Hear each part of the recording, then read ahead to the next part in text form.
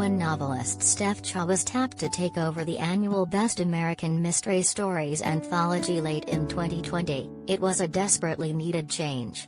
Launched in 1997 by Otto Penzler, owner of New York's venerable Mysterious Bookshop and longtime publisher of the Mysterious Press, the series had grown stale.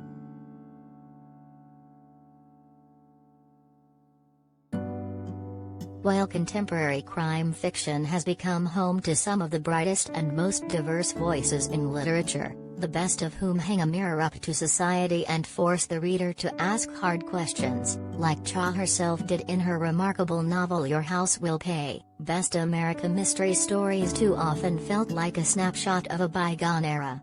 Mostly white, mostly male, mostly Raymond Chandler light, which Cha tackles head-on in her introduction. You might see more stories by women and writers of color, Cha writes, because she has opinions, a worldview, and a pulse.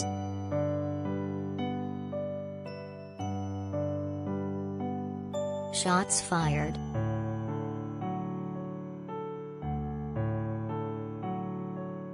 Steph Cha smartly interrogates LA racial tensions in page-turner Your House Will Pay.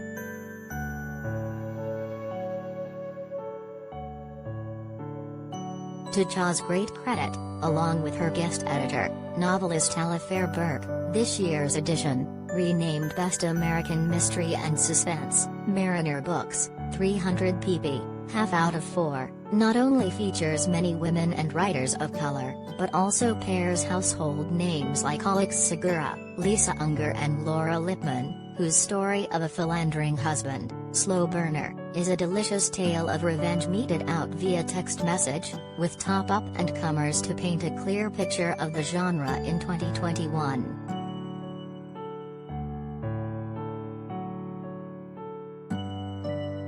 Gabino Iglesias even manages to tackle what feels like a taboo these days, writing about the pandemic. In Everything Is Going to Be Okay, it's the first weeks of lockdown and Pablo's wife Joanna is seemingly not long for this life. She can't breathe, can barely move, there's no vaccine, nothing but ventilators to work with, and Pablo has no cash to get her to the hospital. What to do?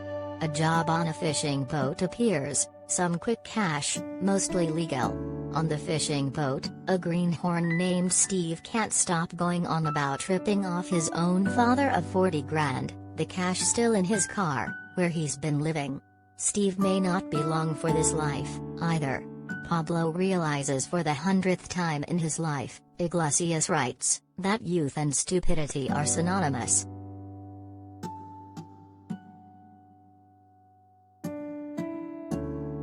The middle-aged aren't so smart, either, as Nikki Dolson reveals in Neighbors when an attractive, childless couple moves into a subdivision in Las Vegas and begins to woo their new friends with wine, cookies, high-yield returns on dodgy investments, and eventually extramarital sex, until one day, the husband disappears with everyone's money. Well, that won't stand. Will it?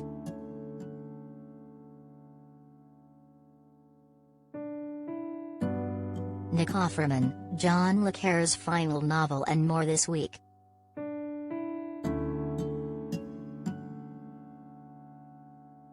If there's a recurring theme in these 20 tales, it's that heroes aren't exactly thick on the ground, and good, small-town people should stay out of the big city, like the well-to-do couple in Allison Galen's Where I Belong, who pick up a transient walking through traffic on the FDR in New York, only to learn he's internet famous for a violent viral video.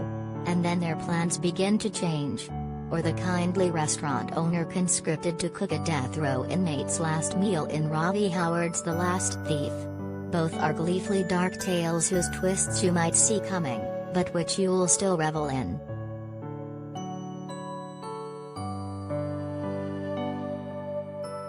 But it's Christopher Bolland's Swudge, an outlandish, hysterical, and downright brilliant retelling of Peter Benchley's classic novel Jaws, that is the clearest sign there's a new sheriff in town.